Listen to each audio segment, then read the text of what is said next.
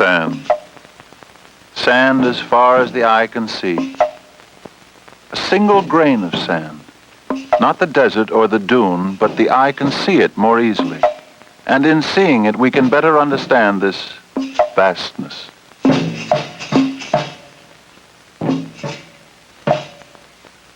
With this in mind, we tell our story.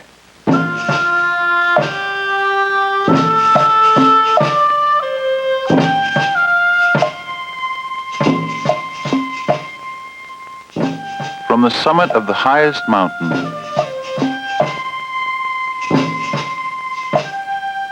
reign the gardener and El Hijo.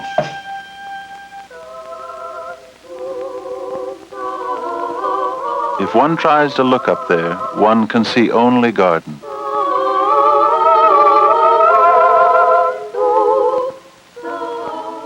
Each bloom is exquisite, each leaf of great perfection.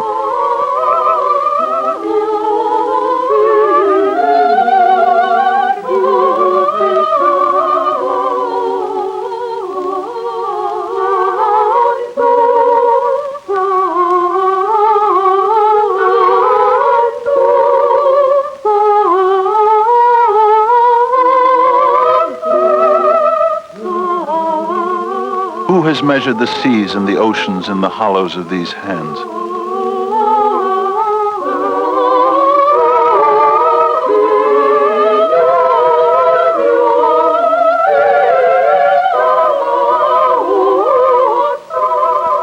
Who has weighed mountains with a balance and hills with a scale?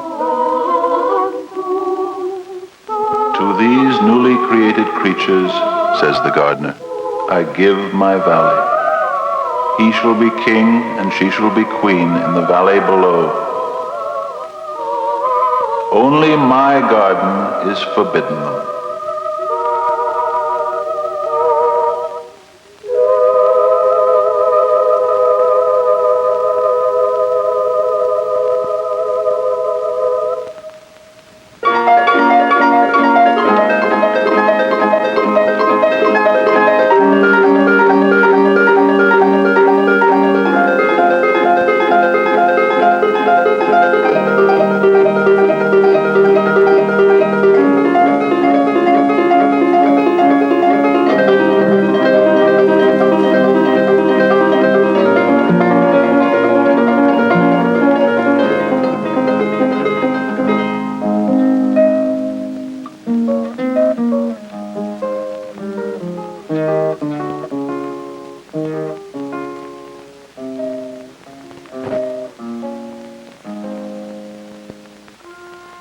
There reign the gardener and El Hijo, above the circle of the earth so high that its inhabitants are like insects.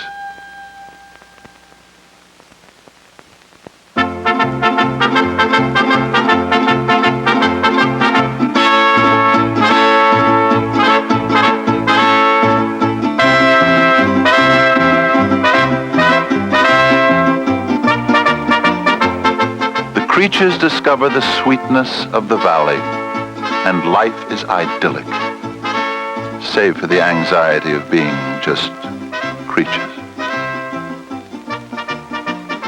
Arousing in them a strange and unaccountable defiance, an inner stirring first felt by Bruja, who tends this garden on the valley's farther side, opposite the summit.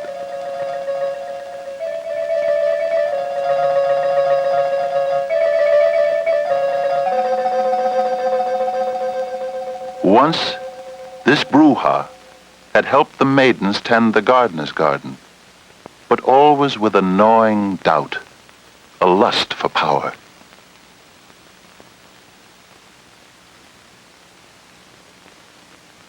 Until, rebelliously, Bruja urged the others to join and seize the garden.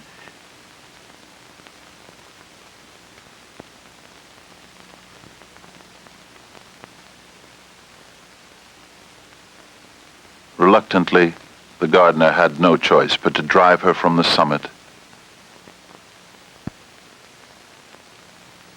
And Bruja descended into the valley,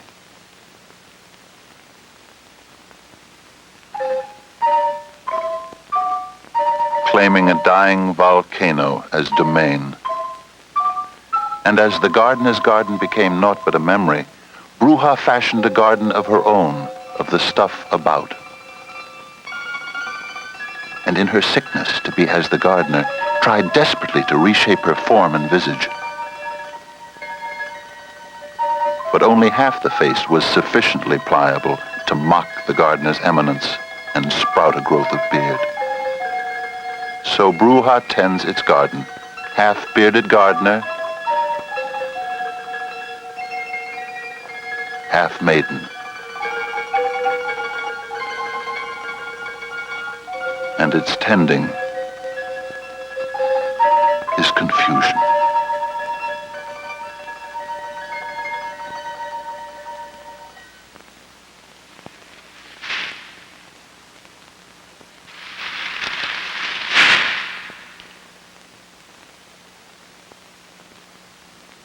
The mead is tastier in the garden above. Tempts Bruja. Fly to it. Feed of it. Felicity. Tell your mate.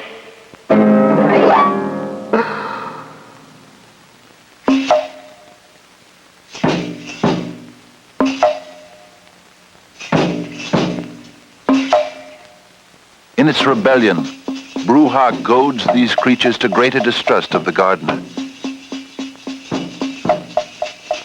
The nectar's tastier in the garden above. Tempts Bruja. Fly to it.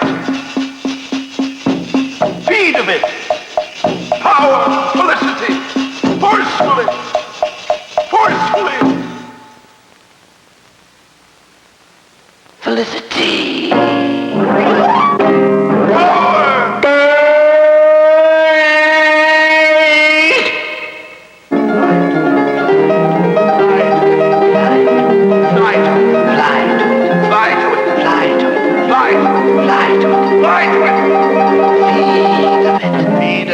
Violated. Feed of it. The gardener's garden. Feed of it. Feed of it. Feed of it. Feed of it. Feed of it. Feed of it.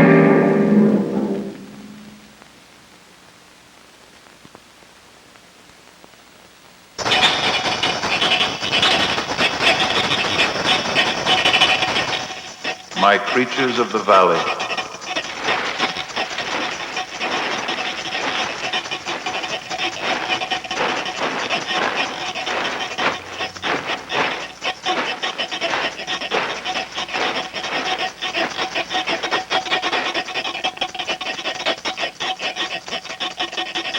With a tap of his thumb, he can destroy them. But he will not. Yet he cannot permit another rebellion for their destiny and for his garden.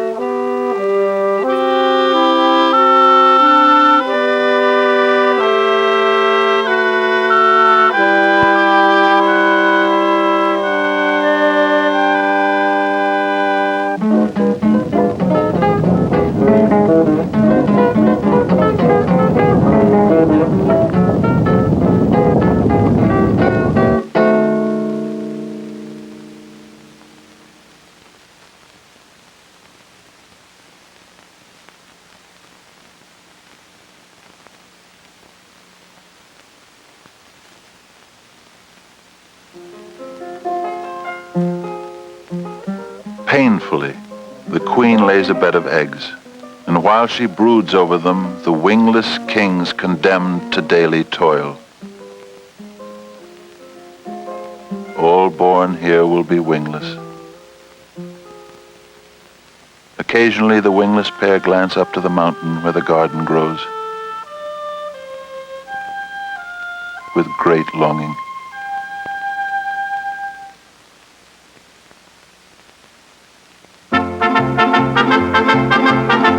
The tiny nest has grown into many colonies, built by generations of worker children.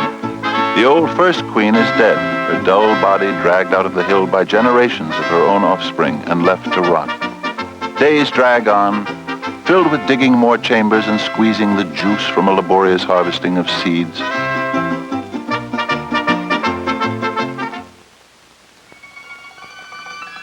Only the worship of a garden by the crater, tended by an awesome being they dare not offend, relieves the monotony of the daily rounds.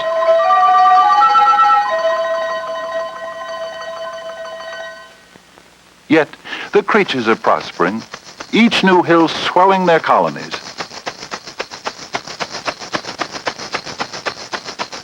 Some become builders. Why not shirk a while? Some farmers. Get yours! I'll get mine. Herds of plant lice are brought to and from pasture and milked for their honeydew. Watch out for number one. Workers carry leaves as compost for beds of especially cultivated mushrooms. Open your eyes and curse the others. The young are fed and cared for by conscientious nurses. Curse the others. Curse! Curse! Now, a greedy queen suspects that her workers are withholding the honeydew they collect for her colony. She exploits them as living storage jars. The honeydew is forced into them.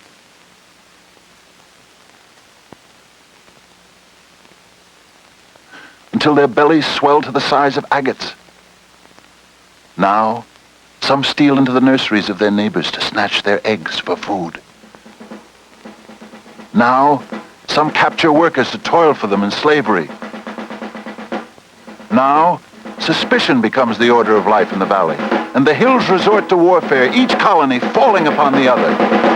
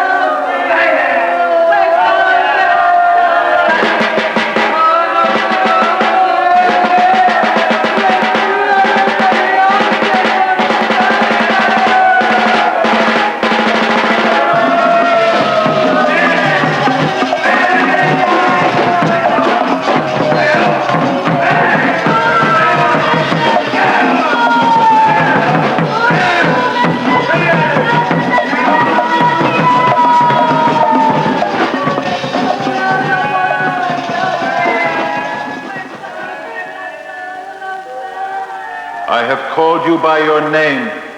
You are mine. What must be done so they might trust him? Living among them? Becoming one of their existence? So that they might never again mistake the double-faced Bruja for themselves?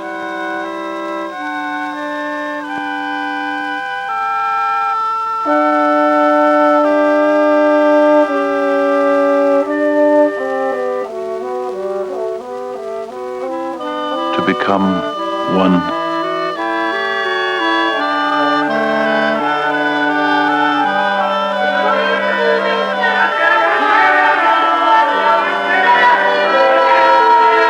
Of them.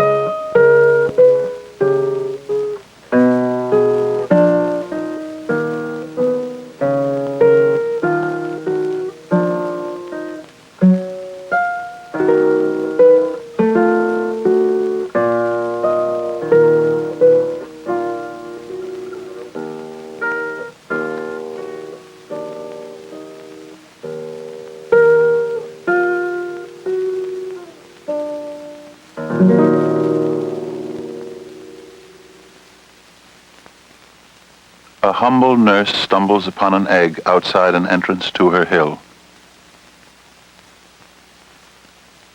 She bears it safely to a chamber.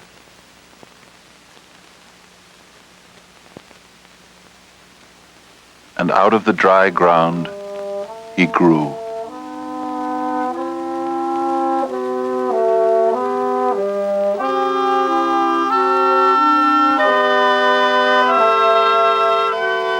Elihu toils among his creatures as a slave of the rulers.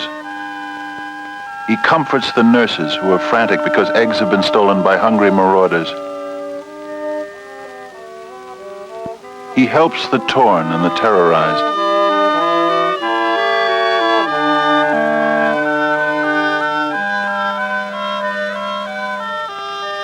And slowly, sluggishly, a humble few recognize his difference from themselves. Though they walk in darkness without a gleam of light, let them trust in the gardener, for they are his, and they follow him.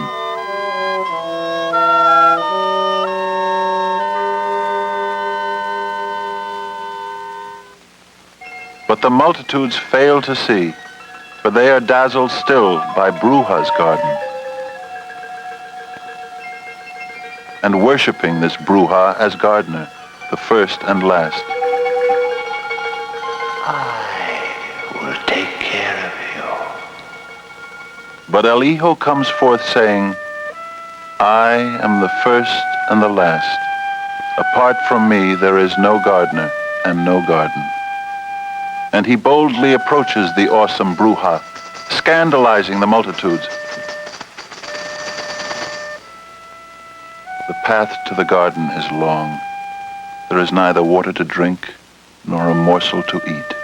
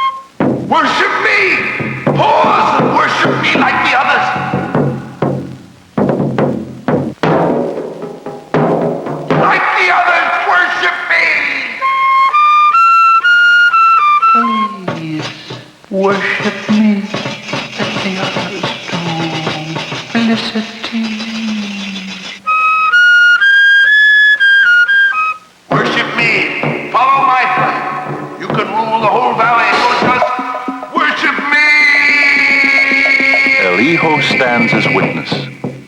Bruja shall not tempt the gardener.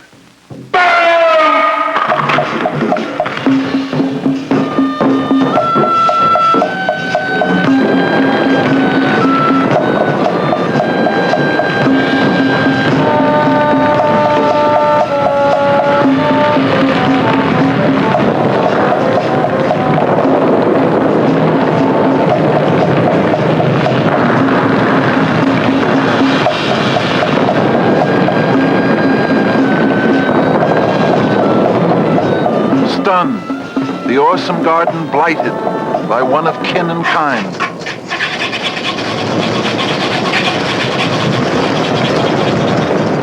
His frightened followers warn him to avoid the vexed and populous hill. Elihu goes, despite the danger, while in their fear the vagrant few who followed him play dead.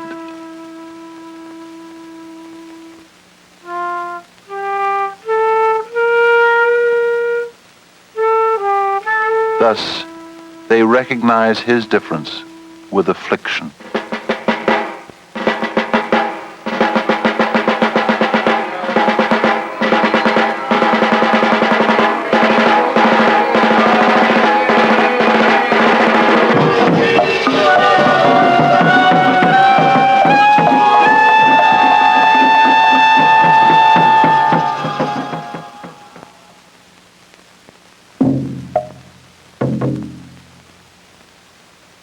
Those who followed and fled now return and drag the lifeless remains of El Hijo from the hill.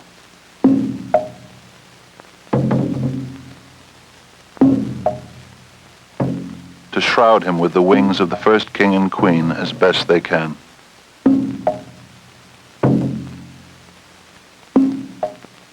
Then turn and re-enter the colony as they had so many times before, but this time with a difference.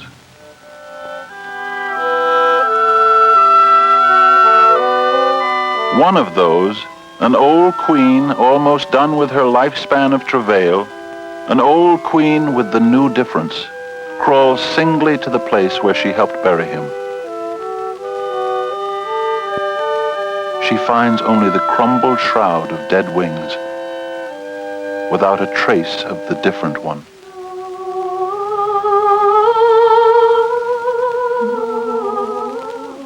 Here on this place she remains long enough to lay her last eggs.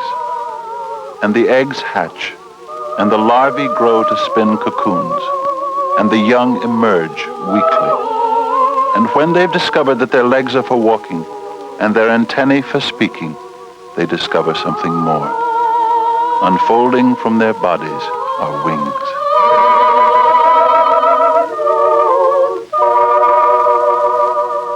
Among the multitudes of the valley, plant lice are still milked and mushrooms cultivated. Slaves are still kept by some and wars are frequent. Yet there's a difference. And those who know this difference are drawn into a colony unto themselves, for it carries them far beyond themselves.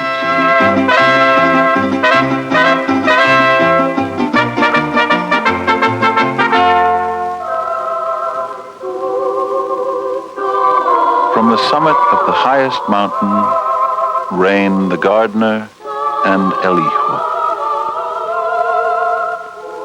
If one tries to look up there, one can see only garden. Each bloom is exquisite, each leaf of great perfection.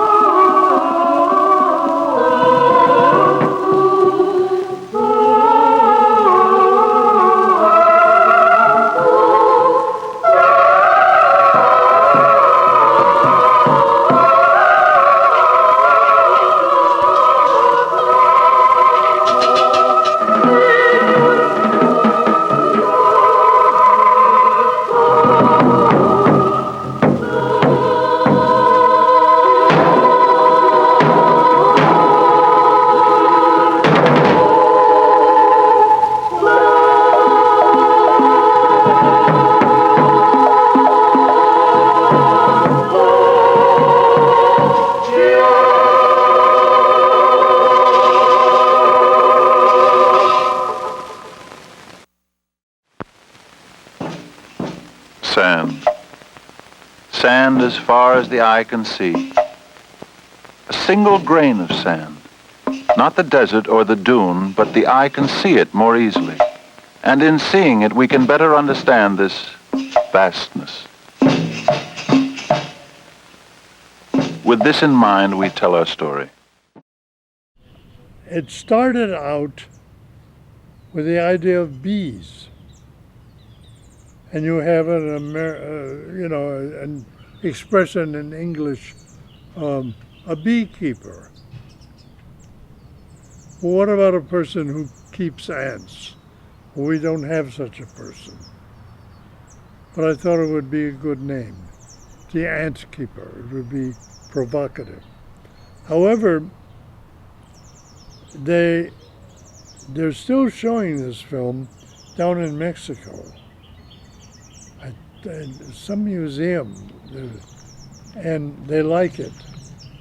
But its name is La Guardia de las Hormigas, the keeper of the ants.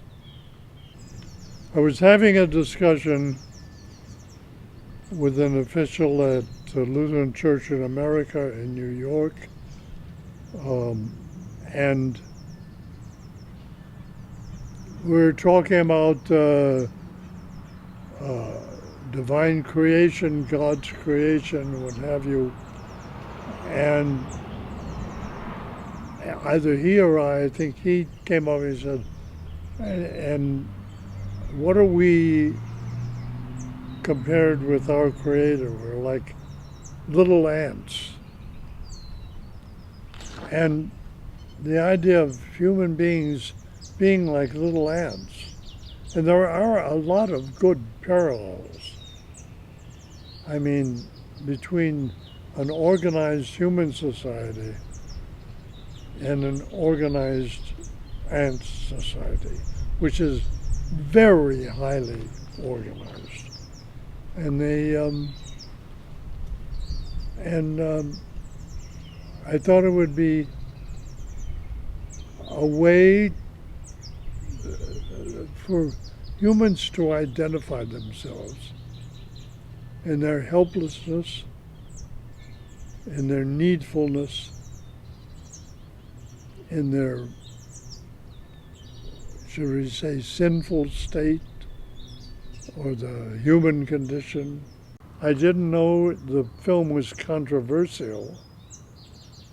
It wasn't controversial at all the way Parable was, or maybe I was so used to controversy I didn't realize that there were these objections. I know that a lot of the critiques hit a note with certain people. I mean, there were critics who were supposed to criticize what they saw, but they said, well, I don't like it because I don't like bugs. They give me the creeps. It's about bugs. I don't like bugs. The scenes with the ants, which are at least 50% of the picture, were shot, and with great difficulty, by Robert Crandall at his studio in Altadena, California. Other shots were all made in Mexico. A few were made in a studio in Mexico City. Bruja's domain with the lavic rock was shot in outside of Mexico City, an volcanic area called El Pedregal. I directed those girls, the 4 angels, 3 angels, whatever it is. They were wonderful girls. I loved the faces that I could get down there. There's marvelous touch of Aztec, or touch of those faces, the women, and the El Hijo, and the gardener. Crandall had this especially built macro cinema equipment. He was doing things, photographing insects nobody in the world was doing as well. Robert Crandall came to the attention of film critics with the Walt Disney feature film, which played a lot of theaters and got great reviews back in the 50s. And it was called The Living Desert. And what was the most famous was is shooting the mating dance of the scorpion. Tangent to the center of the ring. Lock those claws, lift that sting. 3 legs up and 4. The red and black ants, we have the war. And I think it's a great metaphor for human warfare. And then we follow it by the influence of El Hijo, the sun, who comes and sacrifices himself for the ants. And that brings the red ants and the black ants together.